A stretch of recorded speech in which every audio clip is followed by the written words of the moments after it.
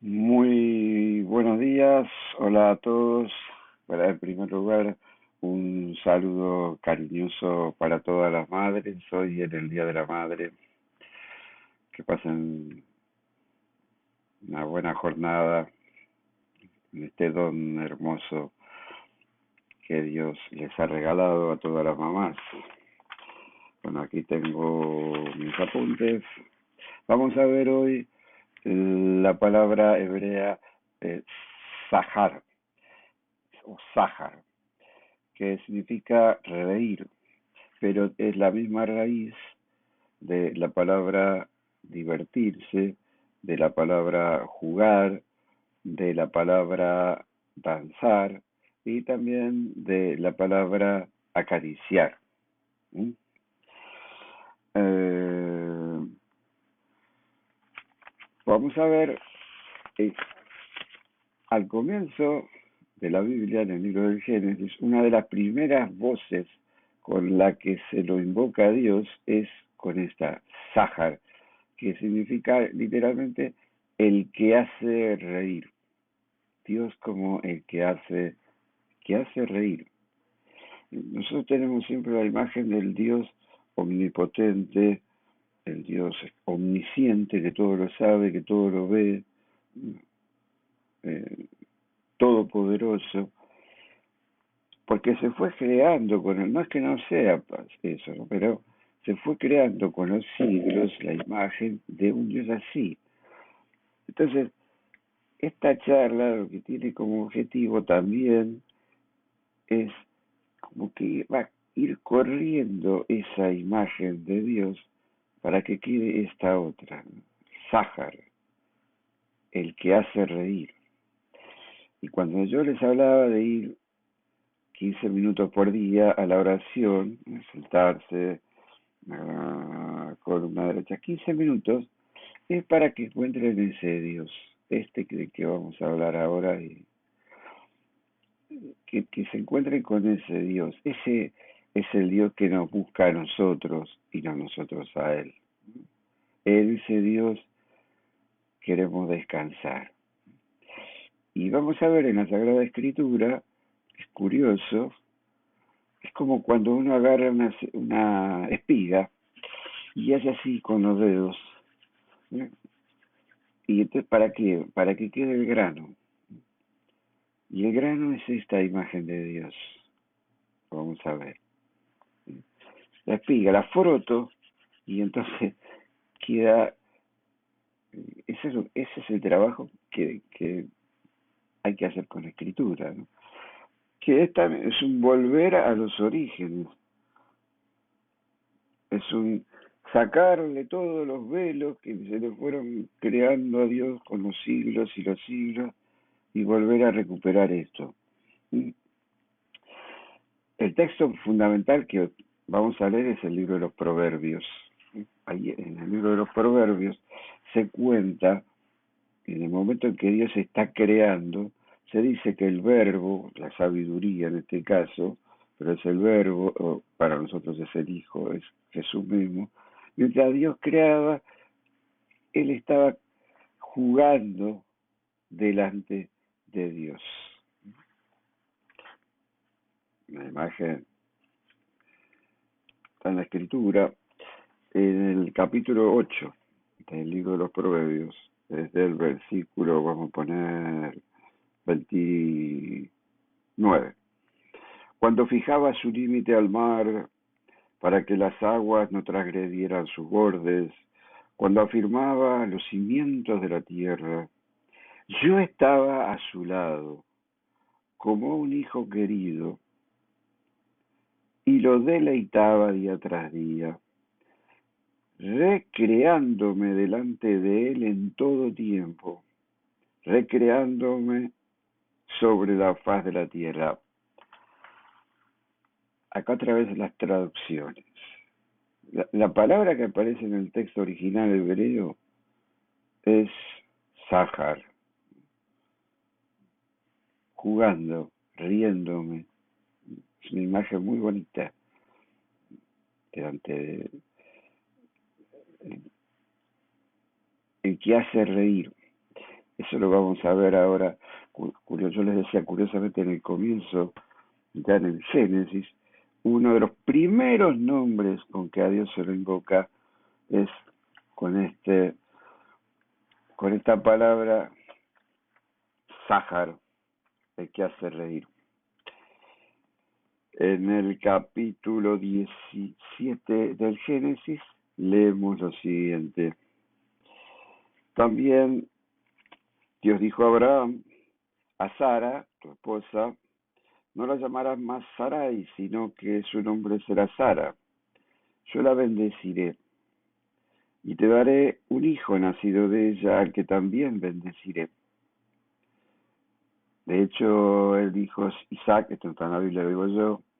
Isaac también significa, tiene la raíz es Sahar, reír, curiosamente. Dice, de ella suscitaré naciones y de ella nacerán reyes y pueblos. Abraham cayó con el rostro en tierra y, ¿qué hizo? Y se sonrió, pensando, se puede tener un hijo a los 100 años.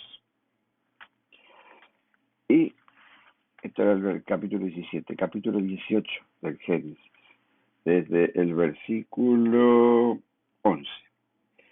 Abraham y Sara eran ancianos de edad avanzada y los periodos de Sara ya habían cesado. Por eso ella en su interior pensaba, con lo vieja que soy volveré a experimentar el placer.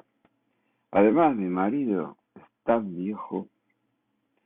Pero el Señor dijo a Abraham, ¿por qué? ¿Qué pasó? ¿Por qué se ha reído Sara, pensando que no podrá dar a luz siendo tan vieja? ¿Acaso hay algo imposible para el Señor? ¿Acaso, dice, cuando yo vuelva a verte para esta época, en el año entrante, Sara habrá tenido un hijo? Ella tuvo miedo y trató de engañarlo, engañarlo porque Abraham dijo, ¿de qué te reís? Y entonces dice el texto en el versículo 15, no me he reído, pero él le respondió, sí, te has reído. También en el libro de Job, no, ya lo conocemos, los amigos que vienen a consolarlo o a intentar ayudarlo, a Job, en un momento dado dicen, no existe mayor bendición, no existe mayor bendición que poder reírse. Reírse de los problemas, se están refiriendo incluso ahí también, ¿no? Y los salmos, ¿eh? Cuando están cautivos en Babilonia y Dios los libera, dice, nuestra boca se nos llenaba de risas, nuestra lengua de cantares. Y así podríamos seguir y seguir y seguir con todo este tema, que repito, para nuestra mentalidad es raro, reírse, incluso como Sara, reírse de Dios, y que a Dios le guste, que a Dios le guste que nos riamos de Él, o a lo mejor de sus promesas, y el Dios que ríe. Muy bien. Vamos a cerrar con una serie de un par de teólogos. Los teólogos podemos decir actuales también, más conservadores. Este tema de la risa de Dios y la risa en la vida espiritual, bastaría citar la novela de Humberto Eco, El nombre de la rosa. Todo sucede en un convento donde hay un monje que es ciego, el monje, el padre Jorge, que decía, la tesis era que Jesús no se había reído nunca. Pero teólogos y civilistas a lo largo de toda la historia. De hecho, estoy acordando ahora, hay otro jesuita, teólogo, pero sobre todo artista, estudiado toda su vida arte, y muy amigo de Juan Pablo II, cuando San Pablo II mandó a hacer una capilla para él personal, se llama Marco Rupnik, Rupnik. Él trabaja con el mosaico, pero son mosaicos que van en las paredes, pared de 8 metros por 4, por ejemplo, bellísimo, lo pueden googlear para ver sus trabajos. Juan Pablo le pidió que le decorara su capilla. Después también lo hizo en Fátima, lo hizo en Lourdes, lo hizo en un montón de iglesias por todo el mundo. Él pertenece a una espiritualidad oriental, porque es católico, pero de rito oriental, y ustedes saben que en el Oriente el crucifijo no está, el Jesús muerto, sangrante, doliente, sufriente, sino que siempre está el Jesús resucitado. Tienen esa espiritualidad. Y este padre Rubni dijo de por ahí, yo no lo pude encontrar, lo busqué, traté de chequearlo, pero no lo encontré, pero dice varias veces, porque tiene como no sé, 200 conferencias, si lo buscan en YouTube, lo único que está en italiano.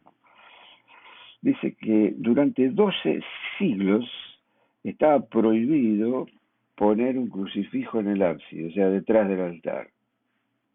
Eso dice él, yo no lo pude chequear.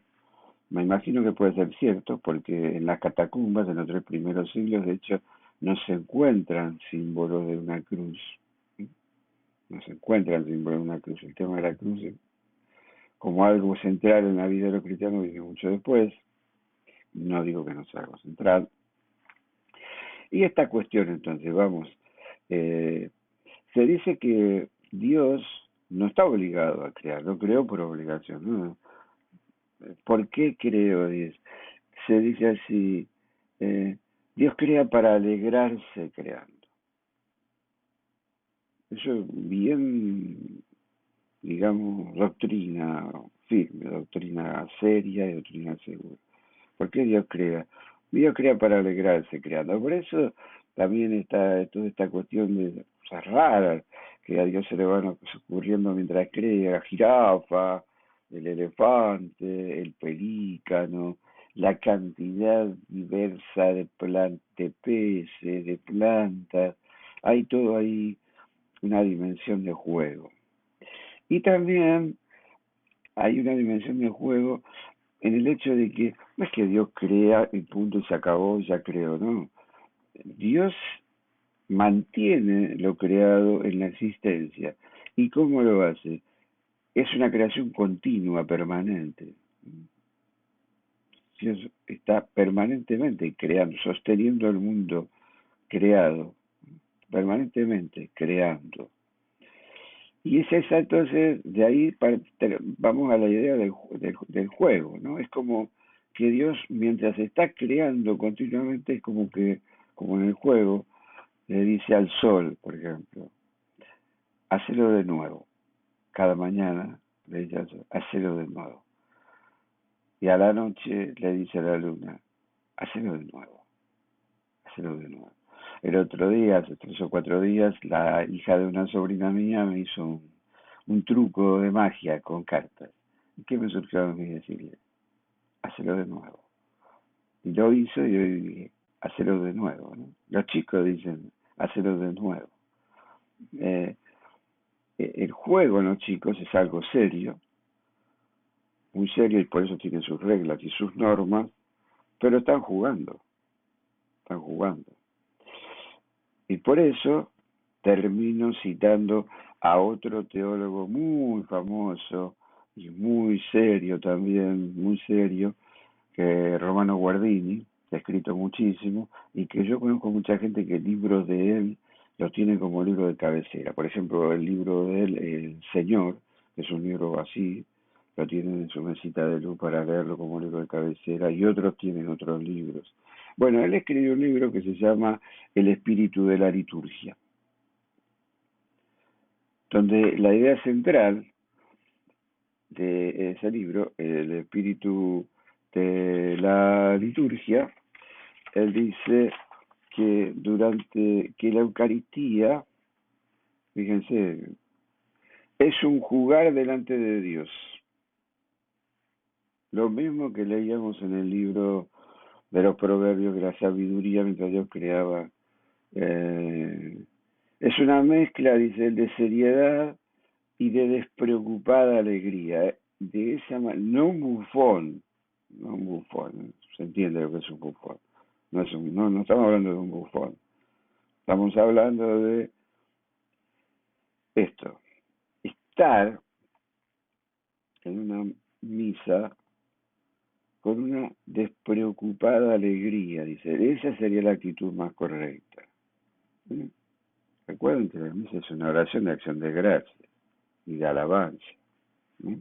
Pero sobre todo acción de gracia. La palabra Eucaristía, ¿qué significa? Acción de gracia. Dice, y él dice, y como todo juego en la misa hay también reglas. Hay oraciones que hay que leer, hay ritos que hay que realizar, hay ornamentos, hay colores, hay cantos, ¿sí? Hay gestos. Entonces él dice, ¿qué es participar de una Eucaristía? Dice, es estar alegre. Dice, y dice una palabra, con un espíritu juguetón delante de Dios, como niños. Recordamos también a Jesús, si no se hacen como niños. Y él termina diciendo, la Eucaristía es un juego sagrado. Y termino leyéndoles un texto de un autor que se llama, como yo, Luis Alberto, en francés Luis Albert Lassus, Lassus. Él escribió esto. En un instante comprendí por qué Jesús había empleado las más sencillas imágenes, como por ejemplo el rico. Va a ser más fácil que un camello pase por el ojo de una aguja. Y otras. Dice, ¿por qué Jesús había empleado las más sencillas imágenes, pero también las más llenas de vida y de fiesta, para decirnos simplemente que Dios es la eterna celebración de la vida, el eterno festival de la luz en el amor? Y termina este texto diciendo, oh Trinidad mía, ¿sabré yo danzar contigo? Oh Trinidad mía, ¿sabré yo, sabré yo danzar contigo? Nos vemos pronto.